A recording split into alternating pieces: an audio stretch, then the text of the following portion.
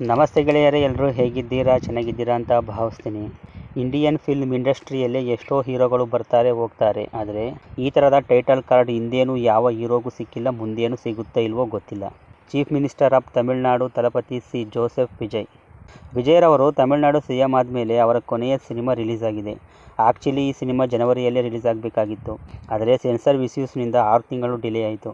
ವಿಜಯ್ರವರ ಕೊನೆಯ ಸಿನಿಮಾ ಆಗಿದ್ದರಿಂದ ಸೌತ್ ಇಂಡಿಯಾದಲ್ಲಿ ಸೆಲೆಬ್ರೇಷನ್ ಮುಗಿಲು ಮುಟ್ಟುತ್ತೆ.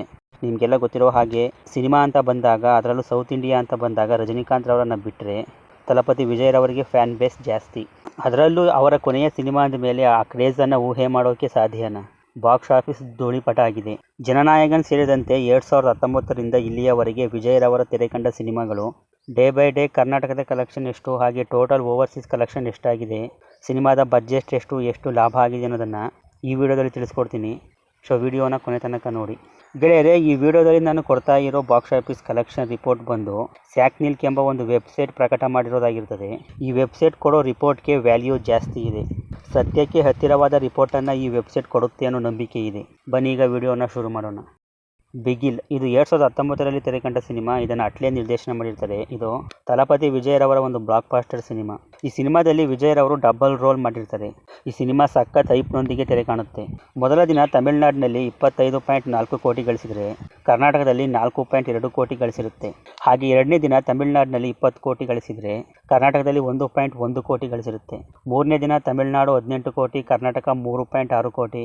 ನಾಲ್ಕನೇ ದಿನ ತಮಿಳುನಾಡು 22.8 ಕೋಟಿ, ಕರ್ನಾಟಕ 2.1 ಕೋಟಿ. ಐದನೇ ದಿನ ತಮಿಳುನಾಡು 14.3 ಕೋಟಿ, ಕರ್ನಾಟಕ 1.6 ಕೋಟಿ. ಆರನೇ ದಿನ ತಮಿಳುನಾಡು 8.9 ಕೋಟಿ, ಕರ್ನಾಟಕ 1.1 ಕೋಟಿ. ಹಾಗೆ ಏಳನೇ ದಿನ ತಮಿಳುನಾಡು 7.6 ಕೋಟಿ, ಕರ್ನಾಟಕ 9 ಲಕ್ಷ.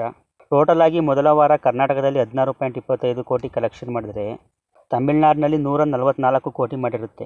ಹಾಗೆ ಎರಡನೇ ವಾರ 28.52 ಕೋಟಿ, ಮೂರನೇ ವಾರ 12.25 ಕೋಟಿ, ನಾಲ್ಕನೇ ವಾರ 4.6 ಕೋಟಿ, ಐದನೇ ವಾರ 3.35 ಕೋಟಿ, ಆರನೇ ವಾರ 98 ಲಕ್ಷ ಸೇರಿದಂತೆ ಟೋಟಲ್ ಆಗಿ ಬಿಗಿಲ್ ಸಿನಿಮಾ 300 ಕೋಟಿ ಗಳಿಸಿರುತ್ತೆ. ಇದರ ಬಜೆಟ್ ಬಂದು 180 ಕೋಟಿ. ಅಲ್ಲಿಗೆ 120 ಕೋಟಿ ಈ ಸಿನಿಮಾದಿಂದ ಲಾಭ ಆಗಿದೆ. ವಾರಿಸು ಇದು 2023ರಲ್ಲಿ ತೆರೆಕಂಡಿದ್ದ ಸಿನಿಮಾ. ಇದನ್ನು ವಂಶಿ ಪೈದಿಪಲ್ಲಿ ಎನ್ನುವರು ನಿರ್ದೇಶನ ಮಾಡಿರ್ತಾರೆ. ವಿಜಯ್ ಅವ್ರ ಜೊತೆ ರಶ್ಮಿಕಾ ಮಂದಣ್ಣ ಹೀರೋಯಿನ್ ಆಗಿ ಕಾಣಿಸ್ಕೊಂಡಿರ್ತಾರೆ. ಈ ಸಿನಿಮಾ ರಿಲೀಸ್ ಆದ ಮೊದಲ ದಿನ ಕರ್ನಾಟಕದಲ್ಲಿ 5.60 ಕೋಟಿ ಗಳಿಸಿರುತ್ತೆ. ತಮಿಳುನಾಡಿನಲ್ಲಿ 20.10 ಕೋಟಿ. ಎರಡನೇ ದಿನ ತಮಿಳುನಾಡು 11.20 ಕೋಟಿ, ಕರ್ನಾಟಕ 1.5 ಕೋಟಿ. ಮೂರನೇ ದಿನ ತಮಿಳುನಾಡು 9.10 ಕೋಟಿ, ಕರ್ನಾಟಕ 80 ಲಕ್ಷ. ನಾಲ್ಕನೇ ದಿನ ತಮಿಳುನಾಡು 11.20 ಕೋಟಿ, ಕರ್ನಾಟಕ 1.60 ಕೋಟಿ. ಐದನೇ ದಿನ ತಮಿಳುನಾಡು 12.70 ಕೋಟಿ, ಕರ್ನಾಟಕ 60 ಲಕ್ಷ. ಆರನೇ ದಿನ ತಮಿಳುನಾಡು 12.50 ಕೋಟಿ, ಕರ್ನಾಟಕ 40 ಲಕ್ಷ. ಏಳನೇ ದಿನ ತಮಿಳುನಾಡು 12.45 ಕೋಟಿ, ಕರ್ನಾಟಕ 40 ಲಕ್ಷ ಸೇರಿದಂತೆ ಮೊದಲ ವಾರದ ಕಲೆಕ್ಷನ್ ಕರ್ನಾಟಕದಲ್ಲಿ ಆಗಿರೋದು 12.25 ಕೋಟಿ. ತಮಿಳುನಾಡಿನಲ್ಲಿ ಮೊದಲ ವಾರದ ಕಲೆಕ್ಷನ್ ಬಂದು 98.45 ಕೋಟಿ. ಹೀಗೆ ಎರಡನೇ ವಾರ ಕರ್ನಾಟಕದಲ್ಲಿ 1.65 ಕೋಟಿ, ತಮಿಳುನಾಡು 27.18 ಕೋಟಿ. ಮೂರನೇ ವಾರ ಕರ್ನಾಟಕ 28 ಲಕ್ಷ, ತಮಿಳುನಾಡು 10.12 ಕೋಟಿ. ನಾಲ್ಕನೇ ವಾರ ಕರ್ನಾಟಕ 23 ಲಕ್ಷ, ತಮಿಳುನಾಡು 4.66 ಕೋಟಿ ಸೇರಿದಂತೆ ವಾರಿಸು ಸಿನಿಮಾ ಟೋಟಲ್ ಆಗಿ ವರ್ಲ್ಡ್ ವೈಡ್ ಗಳಿಸಿರೋದು 297 ಕೋಟಿ. ಇದರ ಬಜೆಟ್ ಬಂದು 200 ಕೋಟಿ. ಲಿಯೋ ಇದು 2023ರಲ್ಲಿ ತೆರೆಕಂಡಿದ್ದ ಸಿನಿಮಾ. ಇದನ್ನು ಲೋಕೇಶ್ ಕನಗರಾಜು ನಿರ್ದೇಶನ ಮಾಡಿದರು. ಈ ಸಿನಿಮಾಗೆ ತುಂಬ ಹೈಪ್ ಕ್ರಿಯೇಟ್ ಆಗಿತ್ತು. ಕಾರಣ ಲೋಕೇಶ್ ಕನಗರಾಜುರವರ ಯೂನಿವರ್ಸಲ್ ಸಬ್ಜೆಕ್ಟ್ ಇದಾಗಿತ್ತು. ಈ ಸಿನಿಮಾದಲ್ಲಿ ವಿಕ್ರಮ್ ಸಿನಿಮಾದ ಕಮಲ್ ಹಾಸನ್ ಅವರು ಕೂಡ ಇರ್ತಾರೆ. ಹಾಗೆ ಹೀಗೆ ಅಂತ ತುಂಬ ಹೈಪ್ ಕ್ರಿಯೇಟ್ ಆಗಿತ್ತು. ಇದರ ಕ್ರೇಜ್ ಹೇಗಿತ್ತು ಅಂದರೆ, ಲಿಯೋ ಸಿನಿಮಾದ ರಿಲೀಸ್ ದಿನಾನೇ ಕರ್ನಾಟಕದಲ್ಲಿ ಶಿವರಾಜ್ ಕುಮಾರ್ ಅವರ ಗೋಸ್ಟ್ ಸಿನಿಮಾ ರಿಲೀಸ್ ಆಗ್ತಿರುತ್ತೆ. ಇದು ಕೂಡ ಯೂನಿವರ್ಸಲ್ ಸಬ್ಜೆಕ್ಟೇ.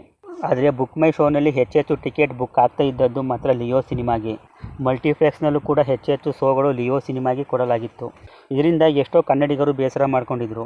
ಸಿನಿಮಾದ ಅಡ್ವಾನ್ಸ್ ಬುಕ್ಕಿಂಗ್ ಪ್ರಕಾರ ಮೊದಲ ದಿನದ ಗ್ರಾಸ್ ಕಲೆಕ್ಷನ್ ಕರ್ನಾಟಕದಲ್ಲಿ 10 ಕೋಟಿ ಆಗಿತ್ತು. ಸಿನಿಮಾ ಇನ್ನೂ ರಿಲೀಸೇ ಆಗಿರಲಿಲ್ಲ. ಅದರ ತಕ್ಕನಾಗೆ ಟಿಕೆಟ್ ಪ್ರೈಸ್ ಕೂಡ ಇತ್ತು, ಅದು ಬೇರೆ ಬಿಡಿ.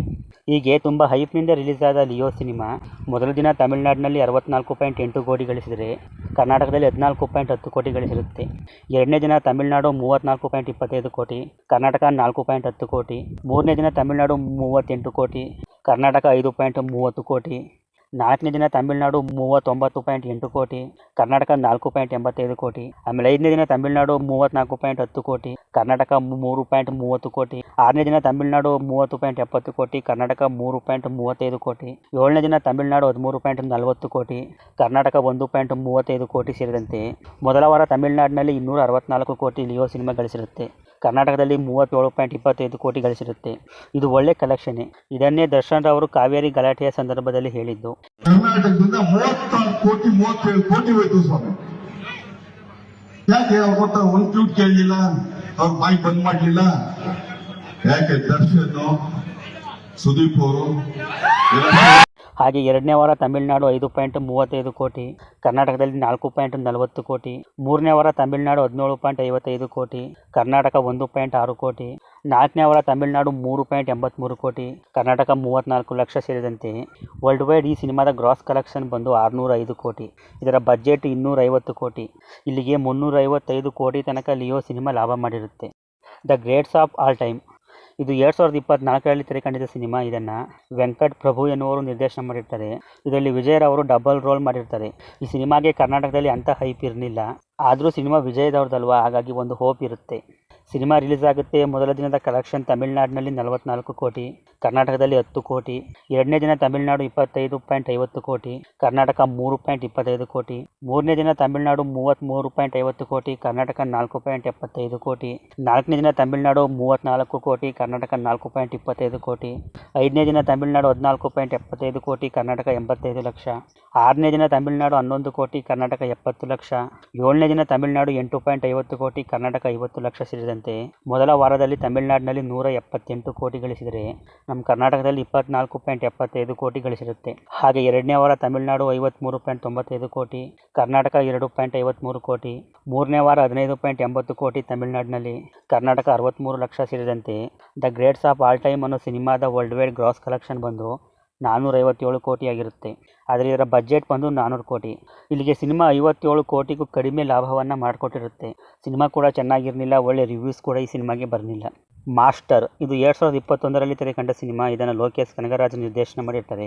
ತಲಪತಿ ವಿಜಯ್ ರವ್ರ ಜೊತೆ ವಿಜಯ್ ಸೇತುಪತಿ ಕೂಡ ಲೀಡ್ನಲ್ಲಿ ಆ್ಯಕ್ಟ್ ಮಾಡಿರ್ತಾರೆ. ಈ ಸಿನಿಮಾ ಕೋವಿಡ್ನಿಂದ ಸ್ವಲ್ಪ ರಿಕವರ್ ಆದಮೇಲೆ ರಿಲೀಸ್ ಆಗಿರುತ್ತೆ. ಥಿಯೇಟರ್ಗಳಲ್ಲಿ 50% ಆಕ್ಯುಪೆನ್ಸಿ ಇರಬೇಕು ಅಂತ ಸರ್ಕಾರ ಹೇಳಿರುತ್ತೆ. ಅಂಥ ಒಂದು ಟಫ್ ಸಿಚುವೇಷನ್ನಲ್ಲಿ ಈ ಸಿನಿಮಾ ರಿಲೀಸ್ ಮಾಡ್ತಾರೆ. ಇದರಲ್ಲಿ ವಿಜಯ್ ರವರ ಒಂದು ಸ್ಟೆಪ್ ಸಿಕ್ಕಾಪಟ್ಟೆ ವೈರಲ್ ಆಗಿರುತ್ತೆ. ಅದರಿಂದಾಗಿಯೇ ಸಿನಿಮಾಗೆ ಬಹಳ ಹೈಪ್ ಕ್ರಿಯೇಟ್ ಆಗಿರುತ್ತೆ. ಹೀಗೆ ರಿಲೀಸ್ ಆದ ಈ ಸಿನಿಮಾ ಮೊದಲ ದಿನ ಓವರಾಲ್ ಇಂಡಿಯಾ ಕಲೆಕ್ಷನ್ ಬಂದು 34.80 ಕೋಟಿ ಗಳಿಸಿರುತ್ತೆ. ಗೆಳೆಯರೆ, ಮಾಸ್ಟರ್ ಸಿನಿಮಾದ ಕರ್ನಾಟಕ ಕಲೆಕ್ಷನ್ ರಿಪೋರ್ಟ್ ಸಿಗಲಿಲ್ಲ, ಹಾಗಾಗಿ overseas day by day collection ಮಾಡಿರೋದನ್ನ ಹೇಳ್ತೀನಿ, ಕ್ಷಮೆ ಇರಲಿ. ಎರಡನೇ ದಿನ 18.30 ಕೋಟಿ, ಮೂರನೇ ದಿನ 18.80 ಕೋಟಿ, ನಾಲ್ಕನೇ ದಿನ 13 ಕೋಟಿ, ಐದನೇ ದಿನ 14.50 ಕೋಟಿ, ಆರನೇ ದಿನ 9.20 ಕೋಟಿ, ಏಳನೇ ದಿನ 7.24 ಕೋಟಿ ಸೇರಿದಂತೆ ಮೊದಲ ವಾರದ ಕಲೆಕ್ಷನ್ ಬಂದು 124 ಕೋಟಿ.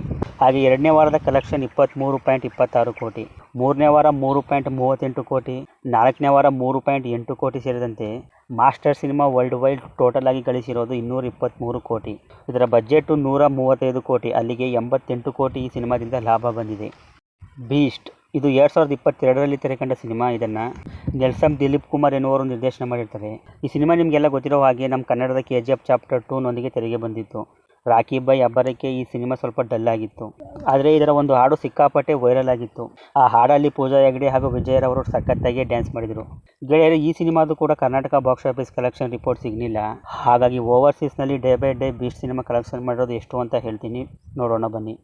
ಮೊದಲ ದಿನದ ಕಲೆಕ್ಷನ್ ಬಂದು 42.45 ಕೋಟಿ, ಎರಡನೇ ದಿನ 19.5 ಕೋಟಿ, ಮೂರನೇ ದಿನ 14.55 ಕೋಟಿ, ನಾಲ್ಕನೇ ದಿನ 13.5 ಕೋಟಿ, ಐದನೇ ದಿನ 12.7 ಕೋಟಿ, ಆರನೇ ದಿನ 3.51 ಕೋಟಿ, ಏಳನೇ ದಿನ 2.54 ಕೋಟಿ ಸೇರಿದಂತೆ ಮೊದಲ ವಾರ 105 ಕೋಟಿ ಟೋಟಲ್ ಆಗಿ ಸಿನಿಮಾ ಗಳಿಕೆ ಕಂಡಿರುತ್ತೆ.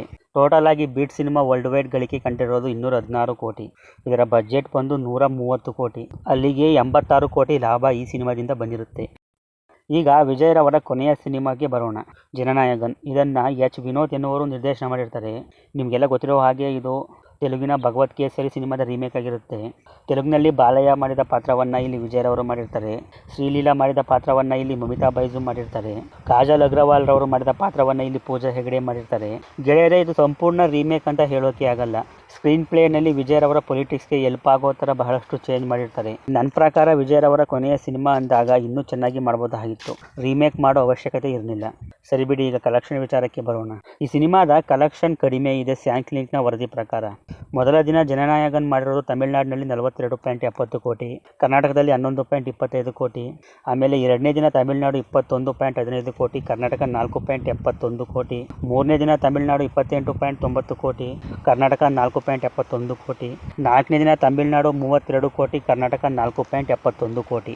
ಗೆಳೆಯರೆ, ಈ ಸ್ಕ್ರಿಪ್ಟ್ ಬರಿಬೇಕಾದ್ರೆ ಜನನಾಯಕನ್ ಸಿನಿಮಾದ 4 ದಿನದ ಕಲೆಕ್ಷನ್ ಅಪ್ಡೇಟ್ ಆಗಿರುತ್ತೆ.